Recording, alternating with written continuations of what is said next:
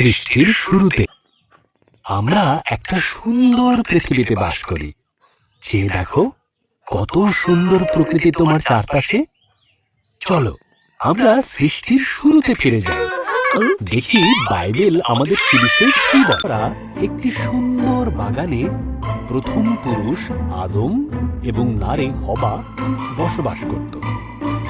কিন্তু শয়তান ছল চাতুরির মাধ্যমে সাপ সেজে আদম এবং হবাকে প্রলুব্ধ করল। সাপ জিজ্ঞাসা করল, এইসব গাছগুলির থেকেই কি ফল খেতে ঈশ্বর তোমাদের বারণ করেছে?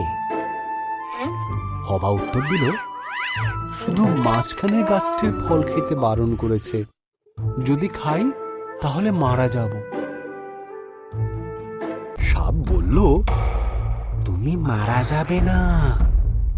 ঈশ্বরের ওই গাছ থেকে ফল খেতে না দেওয়ার পেছনে বিশেষ কারণ আছে। যদি তুমি খাও তবে তাঁর মতন হয়ে যাবে। তিনি যা জানেন তা তুমিও সব জানতে পারবে। হবা ফলটি খেল। সে তার সঙ্গে আদমকে কিছুটা ফল খেতে দিল। আদমও ফলটি খেল এবং খাবার পরেই তারা এমন কিছু জানতে পারল যা তাদের জানা ছিল না। একটি বিষয় তারা জানতে পারল যে তারা উলঙ্গ ছিল। তারা পাতার বস্ত্র তৈরি করে নিজেদের লজ্জা ঢাকল। তারা আগে কোনোদিন ভয় বা লজ্জা পায়নি। তাই তারা বুঝল কিছু একটা ভুল হয়েছে। ঈশ্বর ডাকলেন, আদম, হবা। আদম উত্তর দিল, আমরা লুকিয়ে আছি, আমরা উলঙ্গ। ঈশ্বর দীর্ঘশ্বাস ফেলে বললেন, তোমরা ওই গাছের থেকে ফল খেয়েছ, তাই তোমরা জানো। তখন আদম হবাকে দোষ দিল আর হবা সাপকে দোষ দিল।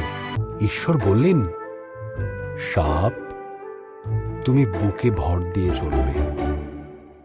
এক নারীর পুত্র সন্তান তোমাকে পরাজিত করবে। হবা, তুমি কষ্টের সাথে সন্তানের জন্ম দেবে।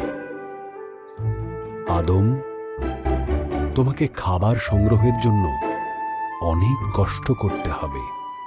এরপর ঈশ্বর আদম এবং হবার জন্য পোশাক তৈরি করে তাদের পরালেন আর বাগান থেকে বের করে দিলেন। ঈশ্বর এক স্বর্গদূতকে জ্বলন্ত তলোয়ার হাতে দিয়ে সেখানে রাখলেন, যাতে তারা আর ফিরে আসতে না পারে।